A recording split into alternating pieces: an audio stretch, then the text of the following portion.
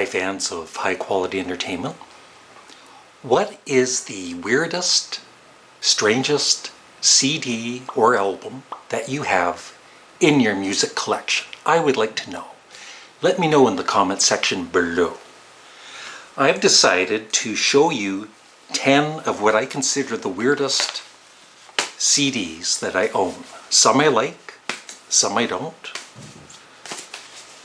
So we'll start with number 10. Number 10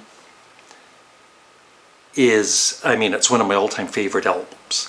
But especially when this came out in 1968, I just can't imagine, being back in 1968 and listening to the Velvet Underground, White Light, White Heat, because it is heavy, man.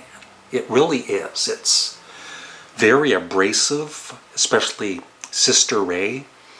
I heard her Call My Name has one of the most insane, noisiest, craziest guitar solos that I've ever heard in my life. And I used to hate that song, and actually, I wasn't a fan of this the very first time I heard it. But over time, I've gotten to, of course, love it. And I consider it a classic album. But like I said, if you've never heard this and you put it on for the first time, you would say, that is a weird album. But there's weirder albums. I would give this a 10 out of 10. Number 9 is pretty well known. No, I'm going to change that. This is number 9. Number 9 also isn't as weird as some of the other albums I'm going to show, but I believe that the lead singer's vocals, and it's not Sparks, by the way, surprise, surprise, but the lead singer's vocals are very unique, shall I say. And I think when this came out, it sounded pretty weird. Roxy Music. And I love this album. I would give this album a 9 out of 10. But I'm sure when it came out, there were a few people that said, that's a weird album. So that's number 9.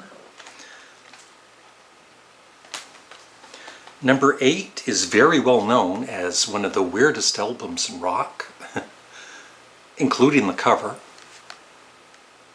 Captain Beefheart and His Magic Band. Yeah, later on he changed it to And the Magic Band. That's why I had to double check. And His Magic Band. Trope Mask Replica. That's even a weird name for the album title. And it's produced by Frank Zappa. So, you know it's going to be possibly weird. And the very first time I heard this, along with a lot of other people, I didn't like it. And it's definitely one album that you need to play more than once to take it all in. But still, at the end of the day, it's a weird album. I give it a 10 out of 10. Number 7 is a recent purchase of mine. And right away, it was like, oh my God, this is insanely weird and fun at the same time. Bonzo Dog Band, The Donut in Granny's Greenhouse. The first time I played this, I said to myself, this is a weird album, but it's fun. It's crazy. It's like Monty Python on acid. And so I don't know this album as well as most of the others here, but the times I have played it, I've enjoyed it, and I would give it a 7 out of 10 for now.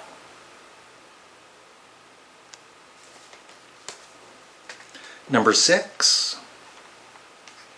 Speaking of Frank Zappa, he's released a few pretty weird albums, and I think this one cuts the cake. It is Lumpy Gravy, It's basically 2 long sides, and it incorporates music, weirdness, like people being trapped inside of a piano and having a conversation. And it's one of Glenn Kellaway's favorite Frank Zappa albums. No, but I actually really enjoy this, I do. It's not my favorite Frank Zappa album, but it's a fun listen, and I would give this a 7 out of 10. Number 6 is weird / god-awful / endearing. It's the Shaggs' Philosophy of the World. It's so bad, it's so amateurish that once you get over the shock of hearing it, you kind of enjoy the songs for what they are. I do, at least.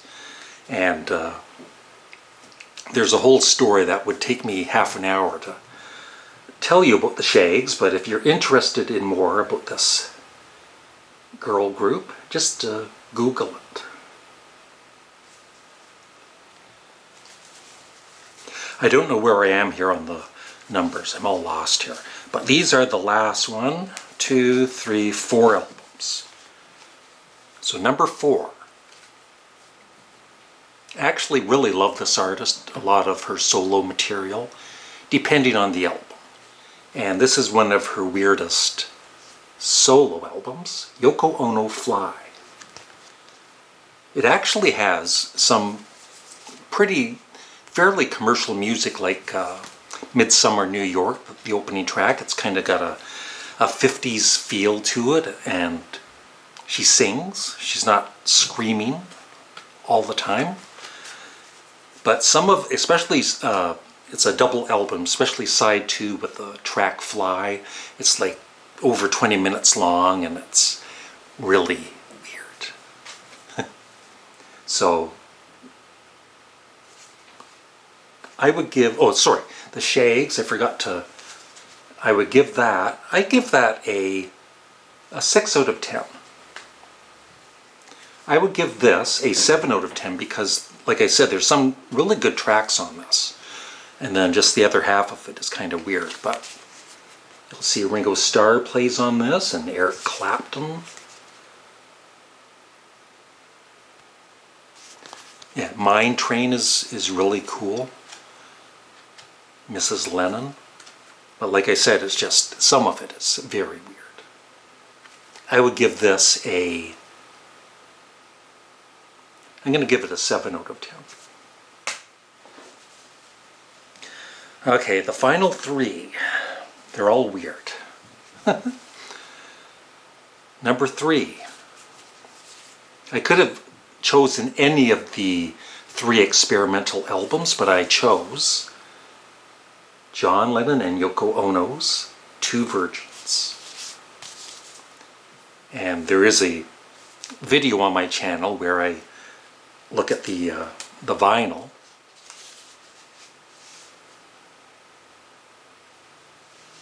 It's not getting any better, folks. So yeah, this is just, as much as I'm a fan of Yoko Ono, this is crap for me. A fan, of course, John Lennon and Yoko Ono. So for a rating, now I did actually, when I was rating and reviewing all of John Lennon's albums, I included the 3 experimental ones, and there's a video of me on this channel. It's sped up, but I'm listening to this, and it wasn't a lot of fun, folks. I give this a 0 out of 10. Number 2, it's bad, but I know that there's some people out there that actually listen to this and they enjoy it. I don't, and I'm a huge fan of this artist. It's the double Lou Reed Metal Machine music. I give this 0 out of 10. It's just guitar feedback over 4 sides of vinyl or 1 CD.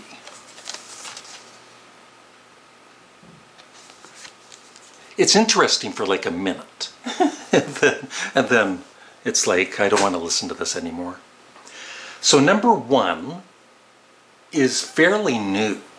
I was listening to this album again the other night, and I was thinking, this is the weirdest album I have in my CD collection. And it's got music on it. It's not like screaming or experimental sounds. It's actual music. Some spoken word dialogue and quick cuts, and it's just crazy, crazy, crazy. And I actually enjoy it. Oh, by the way, I give this, in case I forgot, 0 out of 10. If I show you the album cover, most of you still won't even know who it is.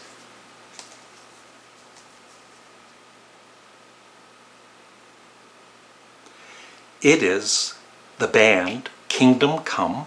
It's actually Arthur Brown. Some of you might know him from The Crazy World of Arthur Brown, and he had a big hit called Fire. This is the second album, just called Kingdom Come, the name of his band.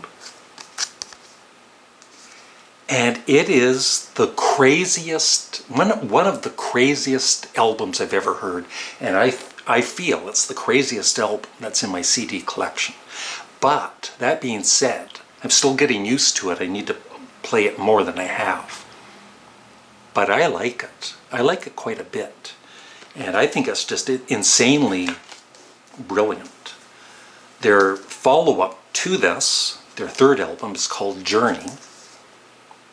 And it's pretty bizarre too, and you can tell there's the band. Just your typical looking band. And this incorporates, I believe, the very first drum machine.